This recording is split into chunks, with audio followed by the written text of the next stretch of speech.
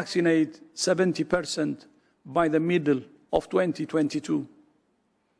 We have 185 days to the finish line of achieving 70% by the start of July 2022. And the clock starts now. Goedenavond. Het coronavirus houdt ons land in de greep.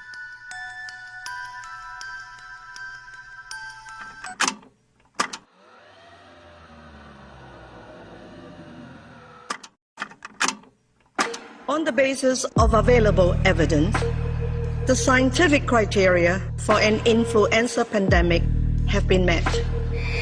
Het is een jaar geleden dat alle kinderen tussen een half en 4 jaar oud 2 prikken kregen tegen de Mexicaanse griep. Maar de definitie van de WHO, op basis waarvan Nederland 34 miljoen vaccins kocht, was een maand eerder, in mei 2009, nog veranderd. De voorwaarde dat er een aanzienlijk aantal doden moest vallen, was geschrapt. Als die definitie niet was veranderd van de pandemie van de Wereldgezondheidsorganisatie, was de Mexicaanse griep nooit een pandemie geweest. Vraag is natuurlijk waarom de WHO de definitie heeft aangepast. En zolang de WHO zijn definitie niet aanpast, kan dat zomaar weer gebeuren. Straks wordt de pandemie afgekondigd van eigenlijk een simpele verkoudheid die over de wereld gaat. En dat moeten we natuurlijk niet hebben. Het moet een serieuze definitie blijven.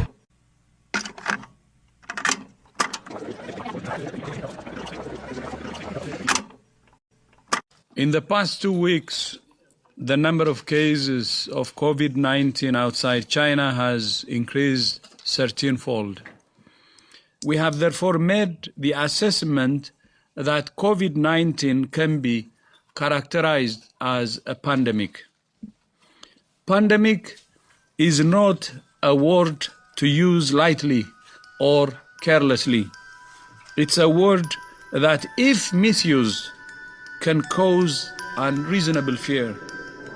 Straks wordt de pandemie afgekondigd van eigenlijk een simpele verkoudheid. Severely ill, so to reserve boosters for that population. There's no evidence right now that healthy children or healthy adolescents need boosters. No evidence at all. There's no evidence right now that healthy children or healthy adolescents need boosters. No evidence at all. So this is why the SAGE, which is our technical expert body that makes policy recommendations, has been meeting and will continue to meet, will meet later this week to consider the specific question of how should countries think about giving boosters to their populations with a view to protecting people. Dan gaat het ook over de desinformatie. Even eerst puur de juridische setting. U weet het, alle BIG-geregistreerde zorgverleners, daarvoor geldt het tuchtrecht.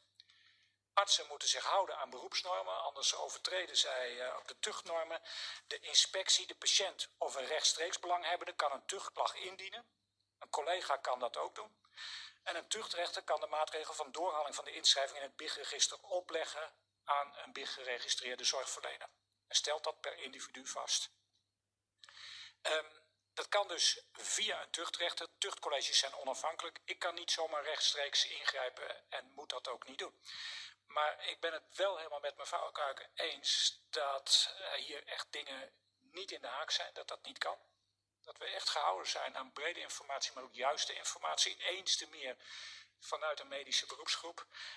En ik heb daarom met inspectie contact op te nemen om te horen hoe zij deze situatie beoordeelt. En kan melden dat zij hier al nadrukkelijk mee bezig zijn. En ik wil uiteraard volgen hoe de inspectie hiermee verder omgaat. En er zo nodig ook op terugkomen. Mevrouw Kuiken, PvdA. Voorzitter, ik ben heel blij met deze woorden. Want ja, nadrukkelijk ben ik niet als Kamerlid en ook niet de minister degene die dat soort dingen kan beoordelen. Maar het is wel heel belangrijk dat we ook hier in dit publieke debat ons uitspreken. Ja. Dat desinformatie niet kan, dat beroepsnormen er niet voor niets zijn. En zeker als ze meewerken aan intimiderende praktijken, wat nu helaas wel gebeurt. Dat zie ik vandaag ook weer in mijn tijdlijn verschijnen. Dus ik kan het alleen maar aanmoedigen en ik wacht er verdere reactie. We can return to Plan A in England and allow Plan B regulations to expire. As a result, from the start of Thursday next week, mandatory certification will end. Organisations can, of course, choose to use the NHS COVID pass voluntarily, but we will end the compulsory use of COVID status certification in England. From now on, the government is no longer asking people to work from home. And people should now speak to their employers about arrangements for returning to the office. And having looked at the data carefully, the Cabinet concluded that once regulations lapse, the government will no longer mandate the wearing of face masks anywhere. Mr. Speaker,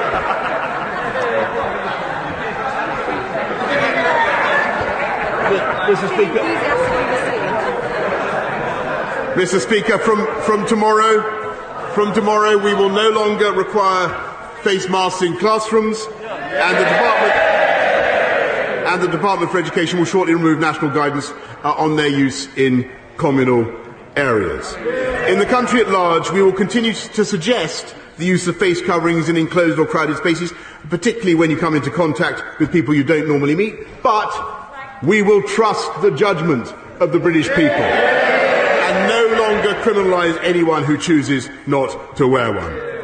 The government will also ease restrictions further on visits to care homes, and my right honourable friend, the Secretary of State for Health and Social Care, will set out plans in the coming days. Mr. Speaker, as we return to Plan A, the House will know that some measures still remain, including those on self-isolation. At this pivotal moment, I see several priorities for the global agenda. We must continue to fight against the global pandemic. We must revitalize the global economy and accelerate its transition to net zero. We must preserve biodiversity by deploying nature-based solutions, and we must narrow the gap between the rich and the poor to achieve more sustainable global development. I just would like to highlight what you said about the European Chips Act, because it's an important step to create the physical brain for digitalization and to have it located to a certain extent in Europe. I also, your reference to the Club of Rome report, the forum at that time launched actually the Club of Rome report. A few years ago, the Edelman survey showed us that the good news is the elite across the world trust each other more and more. So we can come together and design and do beautiful things together. The bad news is that in every single country they were polling, the majority of people trusted that elite less.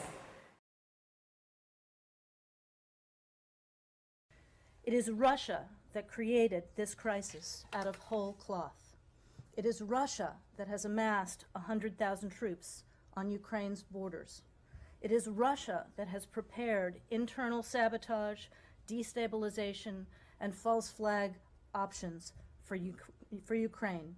And it is Russia that has spewed disinformation and lies about Ukraine, about the United States, and about NATO to justify its own actions. At a time when COVID is running rampant again across Russia, as it is in other places, and where only half the population is vaccinated, the Kremlin has to justify to the Russian people why it is stoking a potentially very bloody and costly conflict for Russia, rather than focusing on its own citizens' health and on Russia's own significant challenges in building back better. No one needs a conflict now, least of all Russia.